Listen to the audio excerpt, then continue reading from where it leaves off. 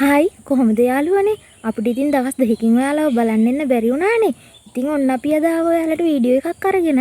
ඉතින් ළමයිනේ අපි අද යන්නේ අපේ නන්දලයි ගෙදර. ඉතින් මේ අපි යන ගමන් තමයි ඉන්නේ හෙට. මේ බලන්නකො ළමයිනේ අපේ ගමේ තියෙන ලස්සන සුන්දරත්වය.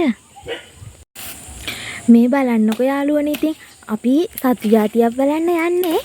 අපේ නංගි එයාලට කන්න කෑමත් කඩනවා. බලන්නකෝ අපි යන පාරේ තියෙන ලස්සන මල් වර්ග. මේ බලන්නකෝ අපි ඔයාලට කියපු යාළුවෝ ටික කෑම කන ලස්සන. ඒ යාළගේ චූටි පැටවුනොත් ඉන්නවා. ඔයාලට පේනවද? පියලු පැංචෝ ටිකක් බලලා එද්දී අපිට රස පළතුරක් හම්බුණා. මේ තින්නේ පළතුර තමයි.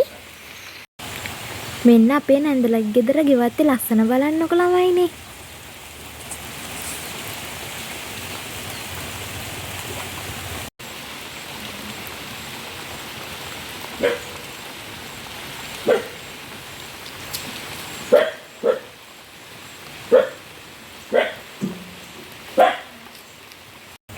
මේ ඉන්නේ යාළුවනේ ඉතින් අපේ ආදරණීය නැන්දයි මාමයි තමයි.